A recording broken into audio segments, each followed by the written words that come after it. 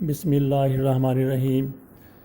قاضی فائز عیسیٰ کے خلاف ریفرنس کے حوالے سے ہم انشاءاللہ اگلی ویڈیو میں بات کریں گے۔ جو ہماری معلومات ہیں ان کے مطابق ان کے خلاف ریفرنس خارج ہونے کے زیادہ امکانات ہیں۔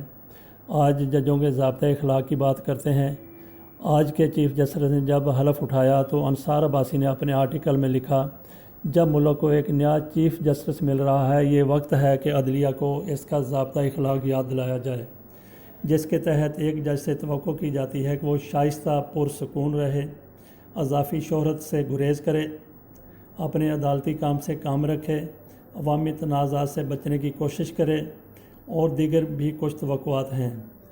2009 میں جاری کیے جانے والے ضابطۂ اخلاق میں ججوں کو پابند کیا گیا ہے کہ وہ سرکاری یا نجی نوعیت کے ماورائے عدالت ذمہ داریوں اور فرائض سے گریز کریں۔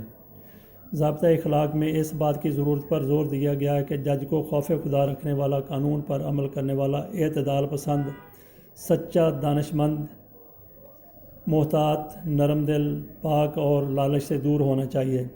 انصاف کرتے ہوئے ایسے جج کو سخت ہوئے بغیر مضبوط ہونا چاہیے، کمزور ہوئے بغیر نرم گفتار ہونا چاہیے، اس کے انتباہ میں جلال ہونا چاہیے، اور وہ اپنے الفاظ پر قائم رہنے والا شخص ہو، ہمیشہ پرسکون رہے، متوازن نظر آئے، اور جو بھی معاملات اس کے روبرو پیش کیے جائیں ان میں وہ بہت درست نتائج اخذ کر سکے۔ اپنی نشست پر بیٹھنے اور برخاست ہوتے ہوئے وہ وقت کی پابندی کرے، محتاط رہے، عدالت کے وقار کا تحفظ کے لیے احتیاط کرے، مقدمہ لڑنے والے فریقوں اور ساتھ ہی ان کے وکلاء کے ساتھ مساوی سلوک کرے۔ ججوں کے ضابطۂ اخلاق میں مزید کہا گیا ہے کہ ایک جج کو کام کرتے ہوئے عوام کی طرف سے شہرت ملتی ہے، اسے مزید شہرت کی طلب نہیں ہونی چاہیے، بالخصوص وہ کسی بھی عوامی تنازع میں شامل نہ ہو، سیاسی معاملات میں نہ پڑے، باوجود اس کے کہ اس میں قانون کا معاملہ ہی شامل کیوں نہ ہو۔ ججوں کے لیے بنائے گئے ضابطۂ اخلاق میں توقع کی گئی ہے کہ ایک جج کو ناپسندیدگی سے بالاتر ہونے اور اس مقصد کے حصول کے لیے اپنے تمام سرکاری و نجی معاملات کو ناشائستگی سے پاک رکھنا ہوگا۔ ضابطۂ اخلاق میں مزید لکھا گیا ہے کہ اس بات کو یقینی بنانے کے لیے نہ صرف انصاف ہوا ہے بلکہ یہ ہوتا بھی نظر آئے۔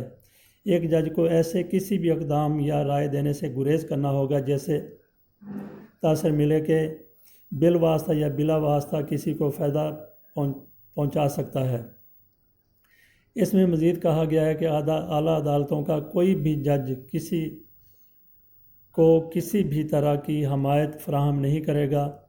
اس میں حلف کی خلاف ورزی کرتے ہوئے کسی کو ایسی تقریب حلف برداری منعقد کرنا بھی شامل ہے جو آئین پاکستان میں وضع کردہ طریقہ کار سے متصادم ہو۔ ضابطۂ اخلاق میں بتایا گیا ہے کہ ایک جج کو ایسے کسی بھی کیس کا حصہ بننے سے انکار کرنا چاہیے جس میں اس کا ذاتی مفاد وابستہ ہو۔ اس میں ایسے لوگوں کا کیس بھی شامل ہے جنہیں وہ اپنا قریبی رشتہ دار یا قریبی دوست سمجھتا ہے۔ ایک جج کو چاہیے کہ وہ کسی بھی ایسے شخص کے ساتھ کاروباری معاہدہ کا حصہ نہ بنے، کاروباری سرگرمیاں جاری نہ رکھے، چاہے یہ کتنا ہی اہم کیوں نہ ہو۔ جس کیس کی وہ سماعت کر رہا ہو، جج کو چاہیے کہ وہ ایسے کسی کیس کا حصہ نہ بنے جس میں اس کے کسی فریق یا اس کے وکیل کے ساتھ کوئی تعلق ہو یا دونوں وکیلوں اور دونوں فریقوں کے ساتھ تعلق ہو۔ ضابطۂ اخلاق میں مزید کہا گیا ہے کہ جج کو اپنی طرف سے یا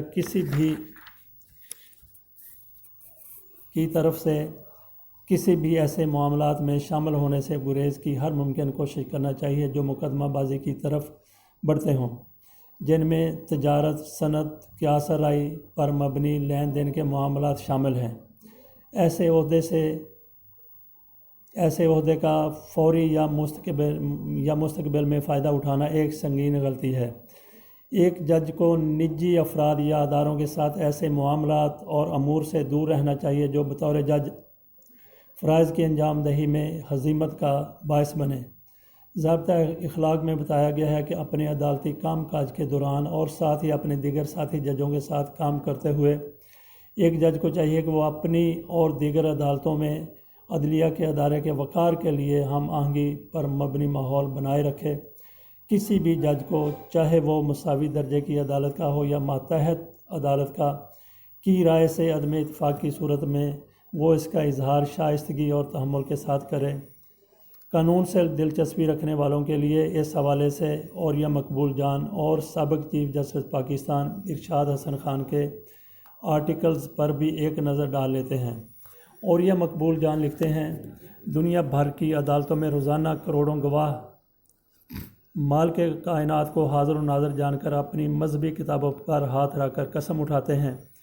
پاکستان میں بھی اس طرح کی حلف کی روایت انگریز کے زمانے سے چلی آ رہی ہے۔ اس میں ضیاء الحق نے ان الفاظ کا اضافہ کیا، اگر میں جھوٹ بولوں تو مجھ پر اللہ کی لعنت اور پھٹکار۔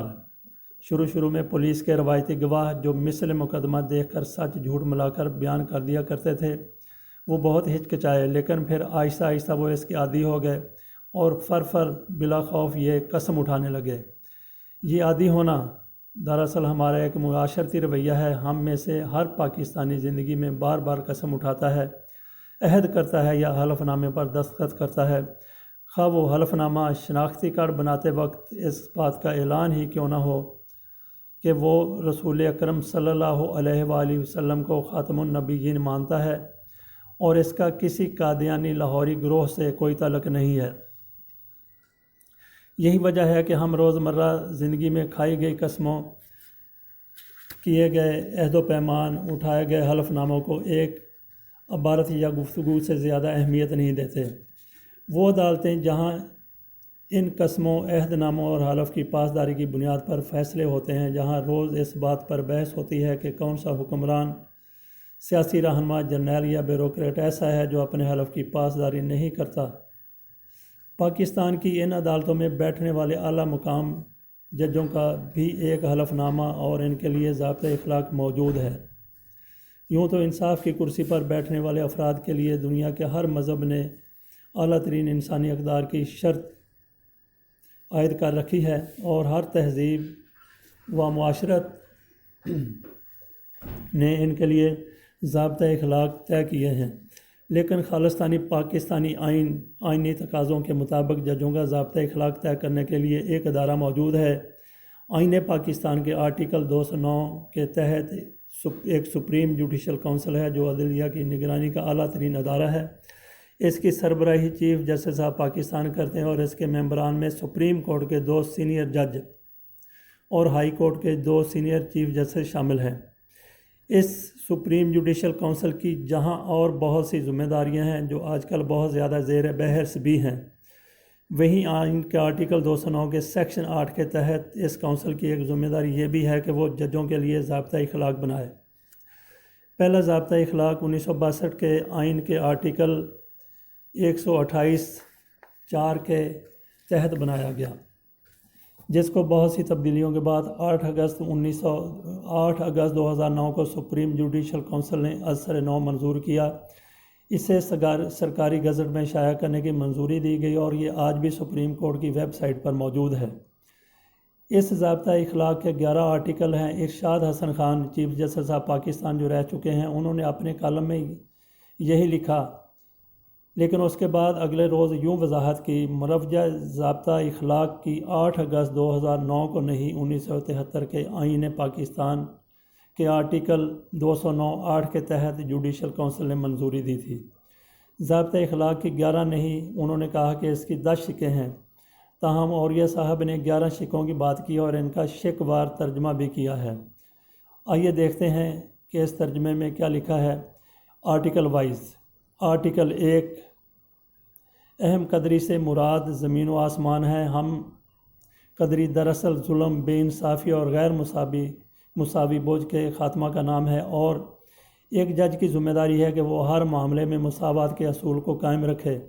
آرٹیکل 2، ایک جج کو اللہ سے ڈرنے والا، قانون کا پابند، متقی، زبان کا پکا، رائے میں عقل، محتاط، تحمل مزاج، الزام سے پاک ہونا چاہیے اور اس سے لالچ چھو کر بھی نہ گزرا ہو، انصاف کرتے ہوئے اسے مضبوط ہونا چاہیے لیکن کھردرا مزاج نہیں، نرم خو ہونا چاہیے لیکن کمزور نہیں، اس کے انتباہ میں روب ہو، وہ اپنے الفاظ کا پابند ہو، ہر وقت پرسکون رہے اور ہر معاملہ جو اس کے سامنے آئے اس کے بارے میں درست نتیجے پر پہنچنے کے لیے متوازن سوچ رکھے۔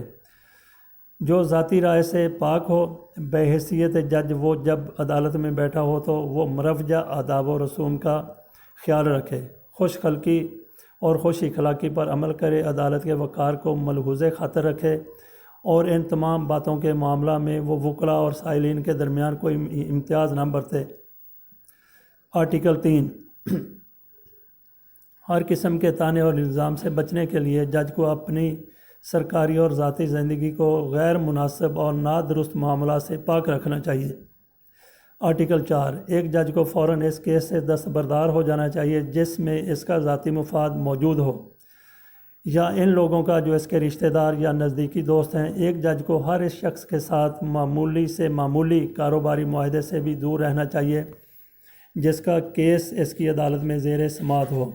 اگر ایسا ممکن نہ ہو تو پھر وہ کیس سے الگ ہو جائے۔ اس بات کو یقینی بنانے کے لیے کہ انصاف ہو رہا ہے اور انصاف ہوتا ہوا نظر بھی آنا چاہیے، جج کو ہر اس رائے یا عمل سے بھی دور رہنا چاہیے جس سے براہ راست یا بالواسطہ طور پر اس کا ذاتی مفاد یا نفع وابستہ ہو۔ آرٹیکل 5 جج کا عمل عوام کے سامنے ہوتا ہے، اس لیے اسے وہ تمام شہرت مل جاتی ہے جو اس کے لیے ضروری ہے۔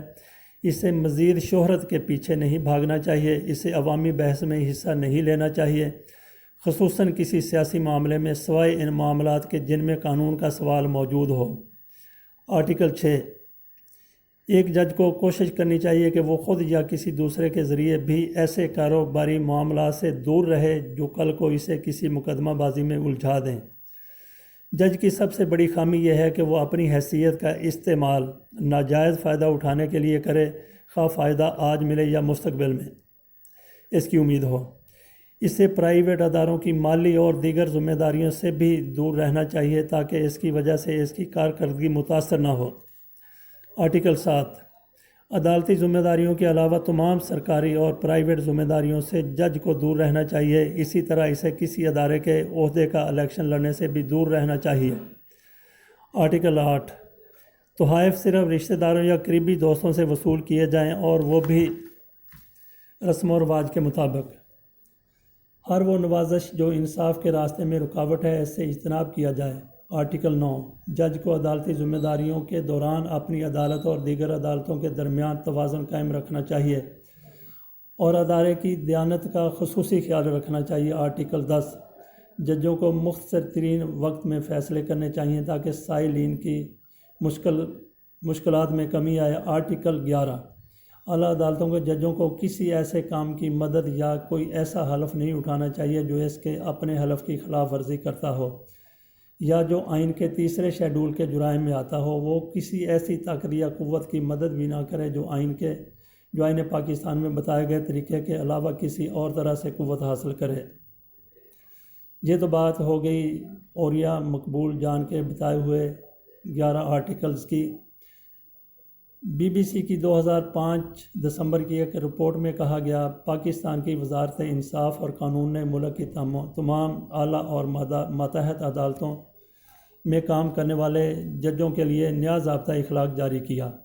سپریم جوڈیشل کونسل کے ترتیب دیے گئے اس ضابطے پر ہر صوبے کی ہائی کورٹ کے ذریعے عمل درآمد کیا جائے گا۔ اس ضابطے کی 18 شقیں بتائی گئی ہیں، 10، 11 اور پھر اب 18 شقوں کی بات ہو رہی ہے، جس میں اہم یہ ہے کہ جج کو فیصلے میں مستقل مزاج ہونا چاہیے، جج کو یونیفارم پہن کر مؤدبانہ طریقے سے کرسی پر بیٹھنا چاہیے، لیکن اس سے غرور کا تاثر نہیں ملنا چاہیے۔ ججوں کو ہدایت کی گئی ہے کہ وہ چیمبر میں مقدمات کی کارروائی نہ چلائیں اور نہ ہی وہاں دوستوں اور مہمانوں سے ملیں، ماسوائے مجبوری کے بار بار کمرہ استعمال نہ کریں اور دوسرے فریق کی عدم موجودگی میں مقدمہ کی کارروائی نہ چلائیں۔ اور یہ لکھتے ہیں، اس ضابطۂ اخلاق کو پڑھنے کے بعد یقیناً 22 کروڑ عوام کے ذہنوں میں یہ سوال اٹھیں گے کہ گزشتہ کئی دہائیوں سے ہمارے ارباب اختیار اور ارباب عدل نے کیا کبھی اس ضابطۂ اخلاق کو سامنے رکھ کر ججوں کا انتخاب کیا ہے؟ کیا وہ اپنے ذاتی تعصب، سیاسی وابستگی اور پسند و ناپسند سے بالا تر ہو کر ججوں کا انتخاب کرتے رہے ہیں؟ اگر ایسا نہیں تو پھر ان محترم ججوں سے کیا گلہ؟ عدالتوں کے جج آج آئینے کی طرح عوام کے سامنے ہے اور ضابطۂ اخلاق کا پیمانہ بھی عوام کے ہاتھ میں ہے۔ آپ جس کو چاہیں وہ عزت و تکریم سے نواز دیں، دلوں میں بسنا کوئی آسان نہیں ہے۔ اس ویڈیو کے بعد اگلی ویڈیو جسٹس قاضی فائز عیسیٰ کے حوالے سے، ان کے ریفرنس سے حوالے سے انشاءاللہ تعالی بنائیں گے۔ اس حوالے سے جو ہماری معلومات ہیں ان کے مطابق سپریم جوڈیشل کونسل ان کو کوئی سزا دینے کی بجائے ان کا کیس نمٹانے کے موڈ میں نظر آتی ہے۔